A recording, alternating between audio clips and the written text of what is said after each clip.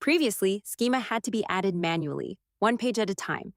If you didn't get to it, the page went live without structured data, giving up SEO and AI search visibility. With this update, when the setting is on and you publish a page without schema, it will be generated automatically. Let's learn how to enable this option. Navigate to the Funnels, Websites, Stores, or Webinars tab inside the Sites section. Select the build you want to enable the setting for, then pick the Settings tab from the top menu. Scroll down to the SEO and AEO section and toggle Auto Generate Schema on. Click Save in the bottom right corner.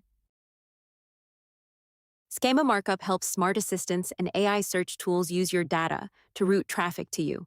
By having them auto-generate, you can reap all the benefits without publishing delays, preserve existing schemas, and keep control in your hands.